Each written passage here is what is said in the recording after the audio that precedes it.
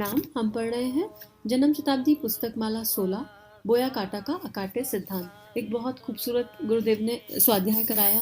गुरुदेव ने अपना संपूर्ण जीवन खोल के हमारे सामने रख दिया।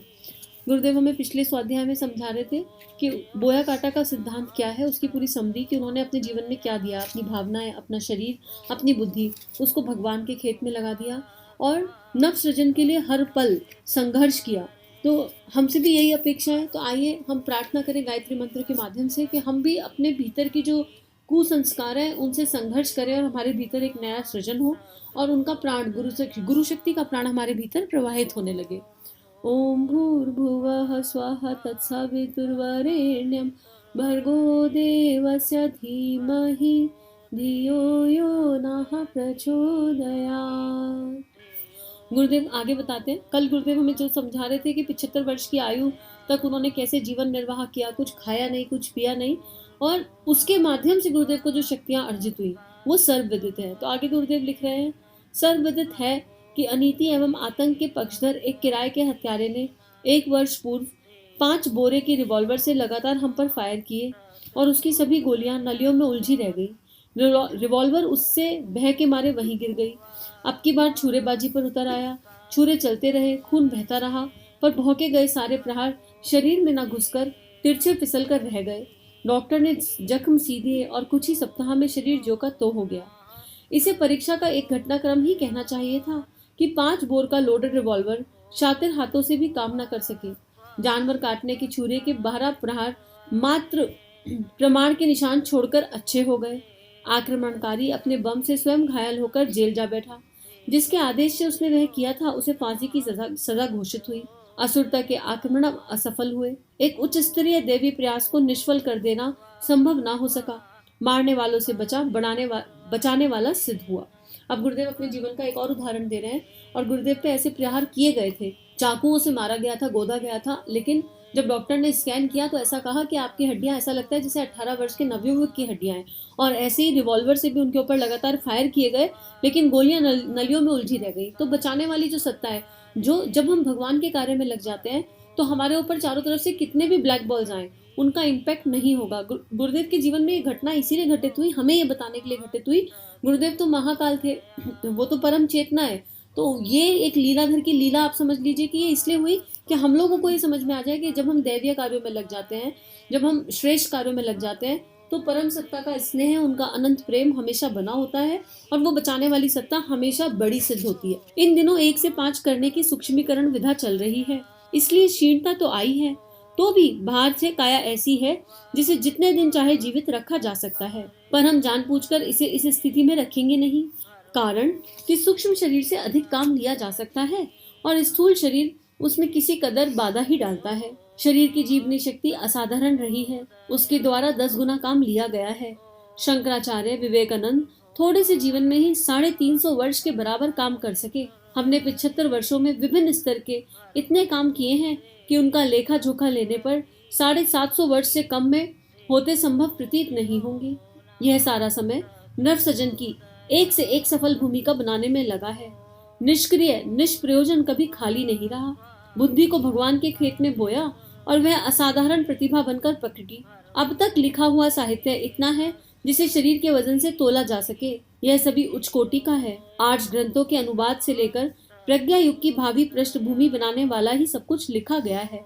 गुरुदेव बता रहे हैं, जब उन्होंने एक एक पल का सदुपयोग किया और जब दैवी चेतना साथ रही तो उम्र, शरीर की उम्र का महत्व नहीं है, लेकिन हमारे मन की शक्ति का महत्व है। और जब वो परमात्म शक्ति हमारे साथ जुड़ जाती है तो गुरुदेव जैसे अनेकों खड़े हो जाते हैं। 75 वर्ष की आयु में 750 वर्ष का काम कर गए, 3200 किताबें लिख के चले गए। कोई भी ऐसा टॉपिक नहीं होगा जिसपे आपको किताबें नहीं मिलेंगी। हम जन्म शताब्दी प्रवचन 16 पढ़ रहे हैं अभी तक। आप पीछे के 15 सुन लीजिए अगर आपने नहीं सुने, और आने वाले 100 गुरु कृपा हुई तो सारी की सारी किताबें पढ़ी जाएंगी और आप देखेंगे कि हर एक टॉपिक धीरे धीरे टच होगा और हमें जीवन के बहुत सारे पहलुओं के बारे में बहुत कुछ पता चलेगा, बहुत कुछ समझ में आएगा। बात इतनी है कि हम जीवन में कितना उतार पा रहे हैं। तो आगे गुरुदेव लिख रहे हैं, अध्यात्म को विज्ञान से मिलाने की योजना कल्पना तो कईयों के मन में थी, पर उसे कोई कार्यान्वित ना कर सका। इस असंभव को संभव होते देखना हो तो ब्रह्मवर्चस्व शोध संस्थान में आकर अपनी आंखों से स्वयं देखना चाहिए। जो संभावनाएं सामने है उन्हें देखते हुए कहा जा सकता है कि अगले दिनों अध्यात्म की रूपरेखा विशुद्ध विज्ञान परक बनकर रहेगी। छोटे छोटे देश अपनी पंचवर्षीय योजनाएं बनाने के लिए आकाश पताल के कुलावे मिलाते हैं, पर समस्त विश्व की कायाकल्प योजना का चिंतन और क्रियान्वयन जिस प्रकार शांति कुंज के तत्वाधान में चल रहा है, उसे एक शब्द में अद्भुत एवं अनुपम ही कहा जा सकता है। गुरुदेव ये सब किस में लिख रहे हैं? दृष्टा भाव में, क्योंकि ये सब दादा गुरुदेव की योजना है, ये सब ऋषि सत्ताओं की योजना है, ये सब जो भी ब्रह्मांड में जितने भी देव सत्ताएं उनकी योजना है, और उनकी योजना में माध्यम बनकर गुरुदेव आए और उनको सबका अनुदान वरदान मिला। तो ये जो अब शांति कुंज के बारे में हमने पूरा जान लिया इसके पहले स्वाध्याय में, तो ये जब कुछ जो हो रहा है ये एक साधारण मनुष्य से तो नहीं हो सकता, और एक साधारण साधना के माध्यम से भी नहीं हो सकता। अपना सर्वस्व उस परम सत्ता को लुटाने के बाद, उस परम सत्ता को समर्पित करने के बाद, यहाँ पे ये शब्द सही है, समर्पित करने के बाद इतना सब कुछ हो पाया। और जो भी प्रतिभा जागृत हुई, जो जन्मजात प्रतिभा थी वो, और जो भी प्रतिभा और धीरे धीरे पुरुषार्थ से जागृत हुई, वो सारी प्रतिभा को भगवान के खेत में लगा दिया। भावनाएं हमने पिछड़ों के लिए समर्पित की हैं। शिव ने भी यही किया था। उनके साथ चित्र विचित्र समुदाय रहता था और सर्पों तक को वे गले लगाते थे। उस राह पर हमें भी चलते रहना पड़ा। हम पर छुरा रिवॉल्वर चलाने वाले को पकड़ने वाले जब दौड़ रहे थे, पुलिस भी लगी हुई थी। सभी को हमने वापस बुला लिया और घातक को जल्दी ही भाग जाने का अवसर दिया।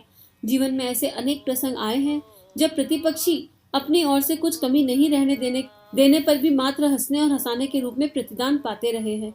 ये केवल प्रेम की शक्ति करा सकती है कि कोई आप पे कितनी भी ब्लैक बॉल डाले, पर आपके मन में प्रेम, करुणा और संवेदना के अलावा सामने वाली आत्मा के लिए और कोई भाव ही ना आए। हमने जितना प्यार लोगों से किया, उससे 100 गुनी संख्या और मात्रा में लोग हमारे ऊपर प्यार लुटाते रहे, निर्देशों पर चलते रहे और घाटा उठाने तथा कष्ट सहने में पीछे नहीं रहे।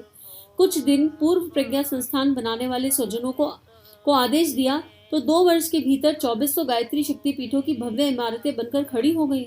उसमें लाखों रुपए की रकम खप गई। बिना इमारत के 12,000 प्रज्ञा संस्थान बने, सो अलग। छुरा लगा तो सहानुभूति में इतनी बड़ी संख्या स्वजनों की उमड़ी, मानो मनुष्य का आंधी तूफान आया हो। इनमें से हर एक बदला लेने के लिए आतुरता व्यक्त कर रहा था। मैंने और माताजी ने सभी को दुलार कर दूसरी दिशा में मोड़ा। यह हमारे प्रति प्यार की सघन आत्मीयता की तो अभिव्यक्ति है। धन की हमें समय समय पर भारी आवश्यकता पड़ती रही। गायत्री तपोभूमि, शांति कुंज और ब्रह्मवर्चस्व की इमारतें करोड़ों रुपए की मूल्य की हैं। मनुष्य के आगे हाथ न पसारने का व्रत निभाते हुए, अयाचक व्रत निभाते हुए ये सारी आवश्यकताएं पूरी हुई हैं। पूरा समय काम करने वालों की संख्या 1000 से ऊपर है। इनकी आजीविका की भ्रमणोचित व्यवस्था बराबर चलती रही। इनमें योग्यता की दृष्टि से इतने ऊंचे स्तर के लोग हैं कि अन्य किसी सामाजिक संस्था में कदाचित ही इस स्तर के और इतने लोग हों। इनमें अनेकों ऐसे हैं जो समाज की नहीं, अपनी ही जमा पूंजी के ब्याज से अपना खर्च चलाते हैं व मिशन की सेवा करते हैं। प्रेस, प्रकाशन, प्रचार में संलग्न गाड़ियां तथा अन्य खर्च ऐसे हैं जो समय अनुसार बिना किसी कठिनाई के पूरे होते रहते हैं। यह वह फसल है जो अपने पास की एक एक पाई को भगवान के खेत में बो देने के उपरांत हमें मिली। हमारे सामने एक लाइव एग्जाम्पल है। हम लोग संग्रह करते रहते हैं, आने वाले कल की चिंता करते रहते हैं, प्लानिंग्स में लगे रहते हैं, और हमारे सामने कोई दुखी आ जाएगा तो हम पहले अपना सोचेंगे, भैया अपना है या नहीं, और अपना भी आगे का, लेकिन उसको देने से पहले 10 बार जो है विचार करेंगे। और गुरुदेव ने अपना सर्वस्व भगवान के खेत में बो दिया तो करोड़ों रुपए की इमारतें खड़ी हो गई, लेकिन उनका मूल उद्देश्य क्या था? एक ही, विश्व निर्माण, जन कल्याण, मनुष्य में देवत्व का जागरण। जब हम श्रेष्ठ उद्देश्यों को श्रेष्ठ भावना के साथ लेकर चलते हैं तो वो परमात्मा हमारे साथ हर कदम साथ होता है। एक कदम हमारा, 1000 कदम उस दिव्य शक्ति के, उस दिव्य सत्ता के। आगे लिख रहे हैं, इस फसल पर हमें गर्व है। जमींदारी समाप्त होने पर जो धनराशि मिली वह गायत्री तपोभूमि के निर्माण में दे दी। पूर्वजों की छोड़ी जमीन किसी कुटुंबी को न देकर जन्मभूमि में हाई स्कूल और अस्पताल बनाने में लगा दी। हम व्यक्तिगत रूप से खाली हाथ हैं, परियोजनाएं ऐसी चलाते हैं जैसे लखपति करोड़पतियों के लिए भी संभव नहीं। यह सब हमारे मार्गदर्शक के उस सूत्र के कारण संभव हो पाया जिसमें उन्होंने कहा था, जमा मत करो, बिखेर दो, बो और काटो। सत प्रवृत्तियों का उद्यान जो प्रज्ञा परिवार के रूप में लहलाता दृश्यमान होता है, उसकी पृष्ठभूमि इसी सूत्र संकेत के आधार पर बनी है। तो हम भी अपने जीवन में यही प्रार्थना करें कि हम भी बोएं और काटें। अगर हमारे पास प्रतिभा है तो उसे समाज के खेत में बो दें, प्रार्थना करने की शक्ति है, साधना की शक्ति है तो उसे समाज के खेत में बो दें, श्री की शक्ति है तो उसे बो दें। जो हमारे पास है वो हमारा नहीं है, हमें इसे याद रखना पड़ेगा, स्मरण करना पड़ेगा। सब कुछ उस परमात्मा का है और उस परमात्मा के खेत में बिल्कुल श्रेष्ठ भाव के साथ और श्रेष्ठ उद्देश्यों के लिए बो दें, तो फिर हमारे अपने जीवन में कोई कमी नहीं रह पाएगी। कठिनाइयाँ नहीं आएंगी ऐसा नहीं है, पर कठिनाइयाँ तो अभी भी आ रही हैं। उन कठिनाइयों में एक आनंद का अनुभव होगा। तो आइए इसी बात के साथ इस स्वाध्याय को समाप्त करते हैं। आज हमारी जन्म शताब्दी पुस्तक माला 16 गुरु कृपा से पूर्ण हुई। अगले स्वाध्याय में अगली किताब के साथ जल्दी ही मिलेंगे। सभी को प्रणाम। हमारे YouTube चैनल को सब्सक्राइब कीजिए और बेल आइकन पर क्लिक कीजिए ताकि आने वाली सभी वीडियो की नोटिफिकेशन आपको मिलती रहे। आप सभी को बहुत बहुत थैंक यू।